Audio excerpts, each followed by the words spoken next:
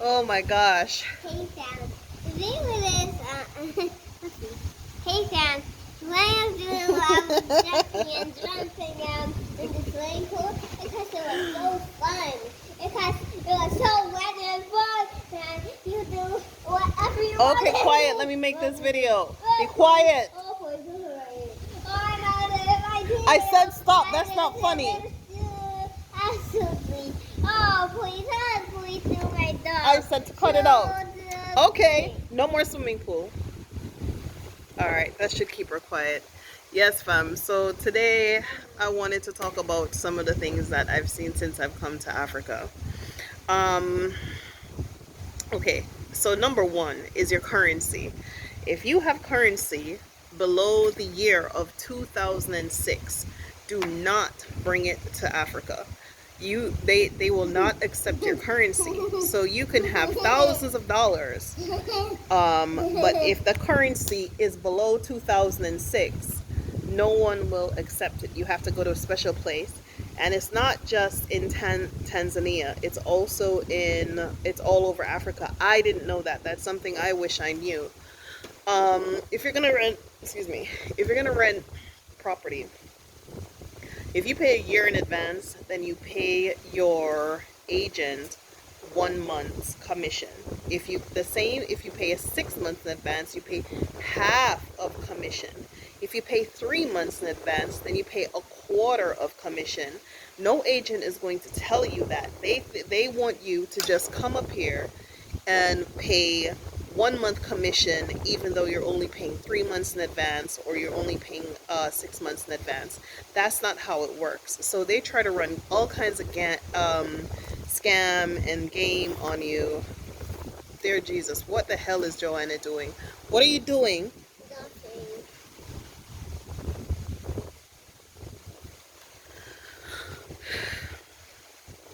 Anyway, clearly you can see the reason why I moved to Africa. Joanna needs to be outdoors. She needs space. She needs the place that she can go be an African kid. So I couldn't afford to give her that kind of lifestyle in the States. And I was not going to move back to Jamaica. I left Jamaica for a reason. And I don't go backwards in life, I go forwards. I mean, I've recolonized Jamaica enough time, I've lost enough money, and not have anything to show for all the years that I've been moving back, getting a place, buying more furniture. I've done it over and over and over again in Jamaica.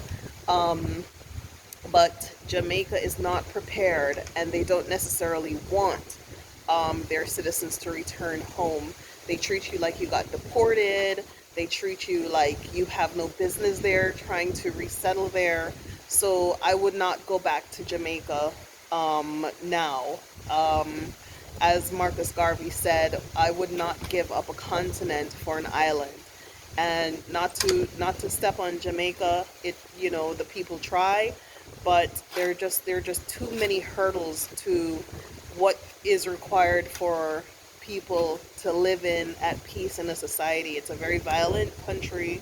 It's a very small country. It's political. When I launched my app in Jamaica, I got more divisiveness than support. Here in Africa, when I talk to people about what I do and who I am, I do get more support, even just off of being here these past few days. So I'm not for that return to Jamaica. And plus, the people in Jamaica who have any kind of sense, they want to get to Africa. A lot of people in Jamaica have come to Africa. They have repatriated.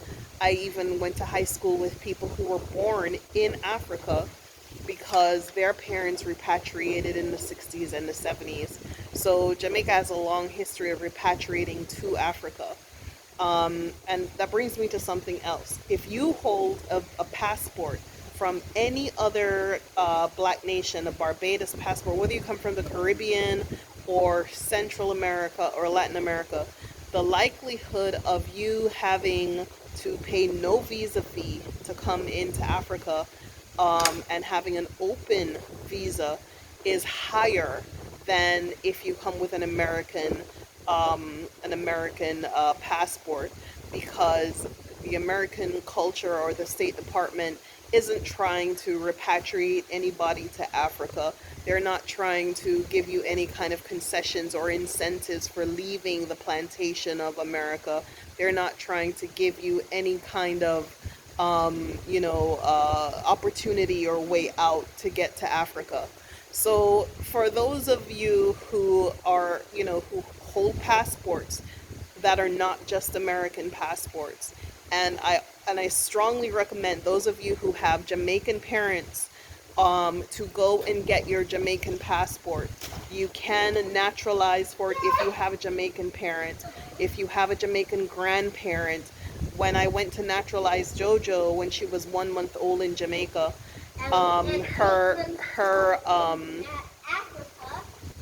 I went home to Africa to celebrate his whole birthday. And you know what?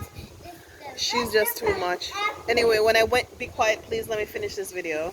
So when I took JoJo to Jamaica when she was 1 month old to get her um her her Jamaican passport, it was filled with Chinese. Yes, that's what I said. Filled with first generation Chinese people claiming to be Jamaican by ancestry.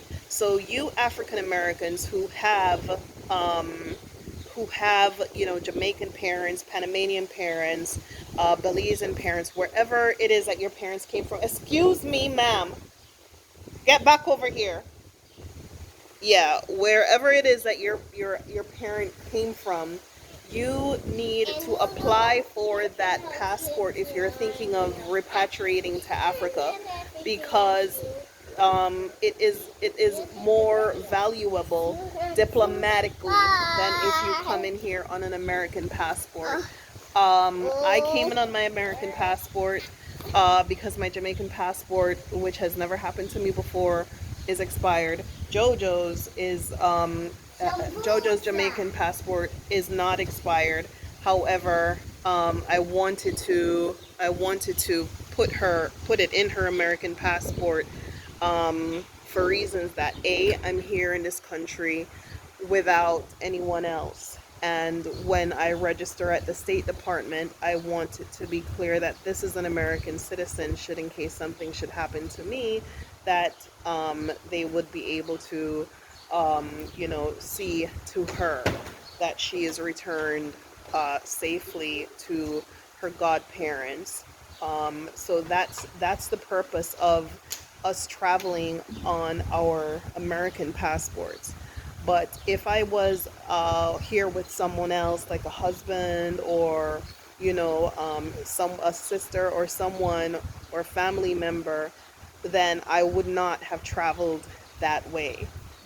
Okay, I would not have traveled on my American passport. It's $100 for the visa, and we have it for a year, but we have 90 days.